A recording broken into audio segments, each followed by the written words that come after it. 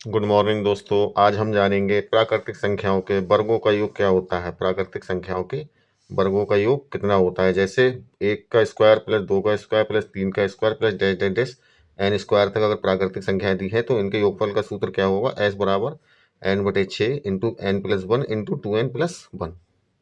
विषम संख्याओं के वर्गों का योग के लिए फॉर्मूला क्या होगा। विषम संख्या जैसे 1 का स्क्वायर प्लस 3 का स्क्वायर प्लस 5 का स्क्वायर प्लस 7 का square plus dash dash n square तक, तो इसके योगफल का सूत्र एस बराबर होगा n into n plus 1 into n plus 2/6।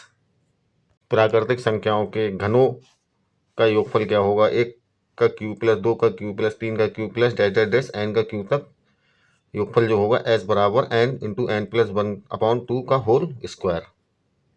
साथियों, सवाल है 1 से 9 तक सभी संख्याओं के वर्गों का योग क्या होगा। 1 से 9 तक सभी संख्याओं के वर्गों का योग क्या होगा, या 1 स्क्वायर प्लस 2 का square plus dash dash dash 9 square तक का मान क्या होगा।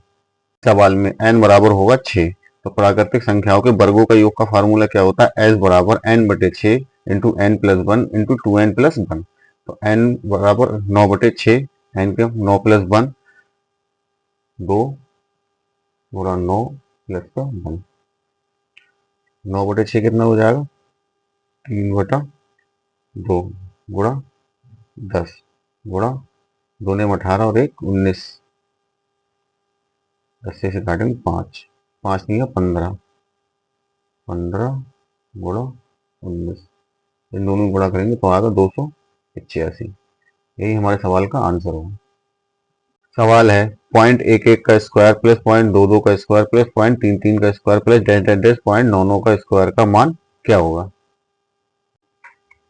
0.11 का स्क्वायर प्लस 0.22 का स्क्वायर प्लस 0.33 का स्क्वायर डैश डैश डैश 0.99 का स्क्वायर।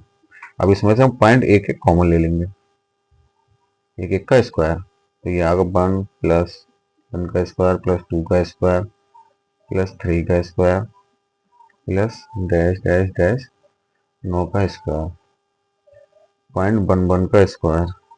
1 से लेकर 9 तक के स्क्वायर का मान कितना होता है, 286, जो हमने पिछले सवाल में निकाला है।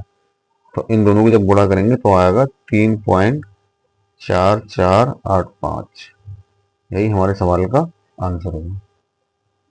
अगला सवाल है 3 का स्क्वायर प्लस 6 का स्क्वायर प्लस 9 का square plus dash dash dash 30 का स्क्वायर का मान क्या होगा। 3 का स्क्वायर प्लस 6 का स्क्वायर प्लस 9 का square plus dash dash dash dash 30 का स्क्वायर।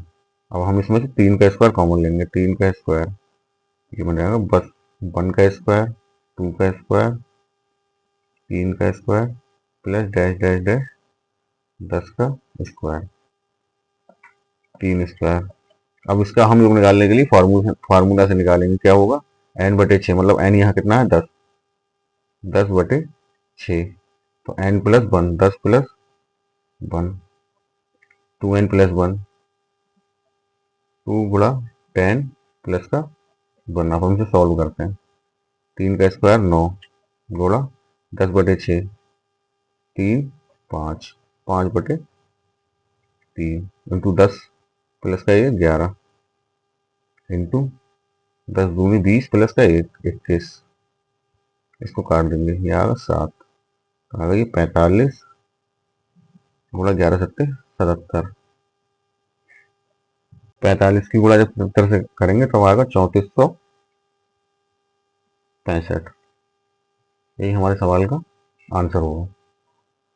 सवाल है 1 का क्यूब प्लस 2 का cube plus dash dash dash plus 10 का क्यूब तक का मान क्या होगा। तो इसमें क्या है, सारे घन है, तो 1 का क्यूब 2 का cube plus dash dash dash 10 का क्यूब। तो इसमें क्यूब होता है, उसका फार्मूला क्या होता है, योगफल निकालने का n+1 बटे 2 इस पूरे का स्क्वायर।